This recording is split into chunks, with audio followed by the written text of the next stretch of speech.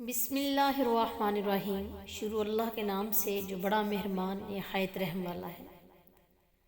قرآن کریم کی تلاوت شروع کرنے سے پہلے اعوذ باللہ من الشیطان الرجیم ضرور پڑھ لینا چاہیے، کیونکہ اللہ نے فرمایا ہے کہ فَإِذَا قَرَأْتَ الْقُرْآنَ فَاسْتَعِذْ بِاللَّهِ مِنَ الشَّيْطَانِ الرَّجِيمِ۔ جب آپ قرآن پڑھنے لگے تو شیطان مردود سے اللہ کی پناہ طلب کیجیے، اور یہ تو ظاہر ہے کہ پناہ کسی نقصان پہنچانے والی چیز یا دشمن سے درکار ہوتی ہے، اور ایسی ہستی سے پناہ طلب کی جاتی ہے جو اس نقصان پہنچانے والے دشمن سے زیادہ طاقتور ہو۔ شیطان چونکہ غیر محسوس طور پر انسان کی فکر پر اثر انداز ہوتا ہے، لہٰذا یہ دعا دراصل قرآن کی تلاوت کے دوران کج فکری سے بچنے اور قرآن سے ہدایت حاصل کرنے کی دعا ہے۔ نیز یہ وہ دعا ہے جو اللہ تعالیٰ نے خود اپنے بندوں کو سکھائی اور اسے پڑھنے کا حکم دیا۔ عبداللہ بن عباس رضی اللہ تعالیٰ عنہ فرماتے ہیں کہ ایک دن جبرائیل رسول اللہ صلی اللہ علیہ وسلم کے پاس بیٹھے ہوئے تھے کہ انہوں نے اپنے اوپر ایک زوردار آواز سنی۔ انہوں نے اپنا سر اٹھایا، پھر فرمایا یہ آسمان کا ایک دروازہ ہے جو آج سے پہلے کبھی نہیں کھلا۔ پھر فرمایا یہ ایک فرشتہ ہے جو آج سے پہلے زمین پر کبھی نازل ہی نہیں ہوا۔ اس فرشتے نے آپ کو سلام کیا اور دو نوروں کی خوشخبری دی اور کہا کہ یہ دو نور آپ ہی کو دیے جا رہے ہیں، آپ سے پہلے کسی نبی کو نہیں دیے گئے، ایک سورہ فاتحہ اور دوسرا سورۃ البقرہ کی آخری دو آیات۔ آپ جب کبھی ان دونوں میں سے کوئی کلمہ تلاوت کریں تو آپ کو طلب کردہ چیز ضرور عطا کی جائے گی۔ صحیح مسلم کتاب فضائل القرآن۔ سیدنا ابو ہریرہ رضی اللہ تعالیٰ عنہ فرماتے ہیں کہ آپ صلی اللہ علیہ وسلم نے فرمایا سورۃ الحمد ہی ام القرآن، ام الکتاب اور دہرائی ہوئی 7 آیتیں ہیں۔ ترمذی ابواب التفسیر، تفسیر سورہ محمد۔ اس سورہ کا سب سے زیادہ مشہور نام الفاتحہ ہے، جس کے معنی ہے کھولنے والی، یعنی دیباچہ، مقدمہ یا پیش لفظ، اور اس کے متعلق علماء کی دو آراء ہیں۔ ایک یہ کہ یہ سورہ ایک دعا ہے جو بندوں کو سکھائی گئی ہے کہ وہ اس انداز سے اللہ تعالیٰ سے ہدایت طلب کیا کریں، اور باقی سارا قرآن اس دعا کا جواب ہے۔ ان حضرات کی توجیہ یہ ہے کہ سورہ کا ایک نام سورۃ الدعا بھی ہے، اور دوسری رائے یہ ہے کہ یہ سورہ سارے مضامین قرآن کا اجمالی خلاصہ ہے۔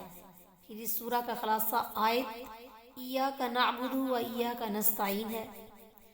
ہمارے نزدیک دوسری رائے راجح ہے، اور اس کی مندرجہ ذیل 2 وجوہات ہیں۔ خود رسول اللہ صلی اللہ علیہ وسلم نے اس سورہ کو قرآن عظیم، ام الکتاب اور ام القرآن فرمایا ہے، جس کا مفہوم یہی ہے کہ یہ سورہ سارے قرآن کا خلاصہ ہے۔ اس سورہ کی آیات پر سرسری نظر ڈالنے سے ہی از خود یہ معلوم ہو جاتا ہے کہ اس میں پورے قرآن کا خلاصہ یا اجمالی ذکر کیا گیا ہے۔ تفصیل اس اجمال کی یہ ہے کہ علماء تفسیر نے قرآن کے 5 مضامین کو 5 اقسام میں تقسیم کیا ہے۔ تو یہ ہے تذکیر باللہ، یعنی اللہ تعالیٰ کی ان نعمتوں کا بیان جو انسانی زندگی اور اس کی بقا کے لیے ضروری ہوتی ہیں، اور اس میں زمین، آسمان، چاند، سورج اور ہواؤں اور بادلوں وغیرہ سب کا ذکر آتا ہے۔ دوسرے نمبر پہ ہے تذکیر بایام اللہ، یعنی مخلوق کے ساتھ واقعات اور حوادث کا بیان۔ اس میں قصص الانبیاء اور نافرمانی کی بنا پر ہلاک شدہ قوموں کا ذکر شامل ہے۔ اور تیسرے نمبر پر تذکیر بالموت و ما بعدہ، یعنی موت کے بعد آخرت کے احوال۔ اس میں اللہ کے ہاں باز پرس اور جنت اور دوزخ کے سب احوال شامل ہیں۔ اور چوتھے نمبر پہ ہے علم الاحکام، یعنی احکام شریعت۔ تذکیر باللہ، تذکیر بایام اللہ، تذکیر بالموت، سب کا مقصد حقیقی یہی ہے کہ ان کے ذکر سے انسان کو برضائے رغبت احکام شریعت کی بجاوری پر آمادہ کیا جائے۔ اور 5ویں نمبر پر ہے علم المخاصمہ، یعنی گمراہ فرقوں کے عقائد باطلہ کا رد۔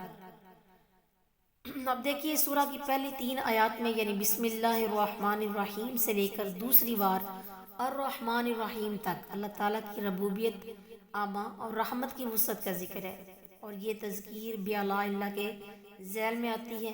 اور چوتھی آیت مالک یوم الدین، فاتحہ تذکیر بالموت کے ذیل میں ہے، اور 5ویں آیت ایاک نعبد و ایاک نستعین، یعنی الفاتحہ علم الاحکام کا نچوڑ ہے۔ اور 6ٹھی آیت اللہ سے دعا اور تعلق باللہ پر مشتمل ہے، اور یہ علم الاحکام ہی کے ذیل میں آتی ہے۔ اور 7ویں آیت میں تذکیر بایام اللہ بھی ہے اور علم المخاصمہ بھی ہے۔ اس لحاظ سے یہ سورہ فی الواقع قرآن کی اجمالی فہرست ہے، اور اس ساری سورہ کا خلاصہ آیت ایاک نعبد و ایاک نستعین ہے، یعنی انسان صرف ایک اللہ کی عبادت کرے جس میں کسی قسم کے شرک کا شائبہ تک نہ ہو۔ اس سورہ کا نام الشفاء اور الرقیہ بھی ہے، اور ان ناموں کی وجہ تسمیہ درج الحدیث سے ثابت ہوتی ہے۔ ابو سعید خدری رضی اللہ تعالیٰ عنہ فرماتے ہیں کہ آپ صلی اللہ علیہ وسلم کے کئی اصحاب عرب کے ایک قبیلہ پر پہنچے جنہوں نے ان کی ضیافت نہ کی۔ اتفاق سے ان کے سردار کو بچھو نے کاٹ لیا۔ وہ صحابہ رضوان اللہ علیہم اجمعین کے پاس آئے اور کہنے لگے، تم میں سے کسی کے پاس بچھو کے کاٹے کی کوئی دوا یا منتر ہے؟ انہوں نے کہا ہاں، مگر چونکہ تم نے ہماری ضیافت نہیں کی اس لیے ہم اس کا معاوضہ لیں گے۔ انہوں نے چند بکریاں، ایک دوسری روایت کے مطابق 30 بکریاں دینا قبول کی۔ ایک صحابی خود ابو سعید رضی اللہ تعالیٰ عنہ نے سورہ فاتحہ پڑھنا شروع کی۔ وہ سورہ فاتحہ پڑھ کر پھونک مار دیا کرتے تھے۔ چند دنوں میں وہ سردار اچھا ہو گیا۔ حسب وعدہ قبیلہ کے لوگ بکریاں لے کر آئے تو صحابہ کرام رضوان اللہ علیہم اجمعین کو تردد ہوا کہ آیا یہ معاوضہ لینا بھی چاہیے کہ نہیں، اور کہنے لگے کہ جب تک ہم نبی کریم صلی اللہ علیہ وسلم سے پوچھ نہ لیں یہ بکریاں نہ لینا چاہیں۔ انہوں نے آپ صلی اللہ علیہ وسلم سے پوچھا تو آپ نے فرمایا، تمہیں یہ کیسے معلوم ہوا کہ سورہ فاتحہ منتر بھی ہے؟ وہ بکریاں لے لو اور ان میں سے میرا حصہ بھی نکالو۔ اور ابن عباس رضی اللہ تعالیٰ عنہ کی روایت میں ہے کہ جب صحابہ مدینہ پہنچے تو کسی نے کہا، یا رسول اللہ، اس شخص نے ابو سعید خدری نے کتاب اللہ پر اجرت لی ہے۔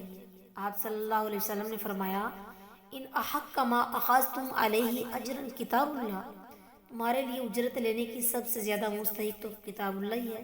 بخاری کتاب الطب والرقی۔ اس حدیث سے مندرجہ ذیل باتیں جو ہیں وہ معلوم ہوتی ہیں۔ صحابہ رضوان اللہ علیہم اجمعین نے اجرت کا مطالبہ صرف اس لیے کیا تھا کہ ان بستی والوں نے ان کی مہمانی سے انکار کر دیا، بالخصوص ان دنوں میں جبکہ وسائل سفر محدود، سست رفتار اور ہوٹل وغیرہ بھی نہیں تھے، اور ملکی دستور یہ تھا کہ مہمانی سے انکار کو قتل کے مترادف سمجھا جاتا تھا۔ دوسرے نمبر پر اگر دم جھاڑ کی ضرورت پیش آئے تو صرف کتاب اللہ ہی سے کرنا چاہیے، یا کم از کم دم جھاڑ کرنے والے شرکیہ یا محمل الفاظ نہ پڑھیں۔ تیسرے نمبر پر ضرورت مند لوگ دم جھاڑ کی اجرت بھی لے سکتے ہیں۔ رہا علی الاطلاق دم جھاڑ کو ایک مستقل پیشہ بنا لینا، یا خانے بنا کر یا محمل الفاظ سے تعویذ لکھنا، انہیں پانی میں گھول کر پلانا، گلے میں لٹکانا یا کسی دوسری جگہ باندھنا، ایسے سب کام شرعاً ناجائز ہیں، اور اس کی تفصیل سورۃ القیامہ میں آئے گی۔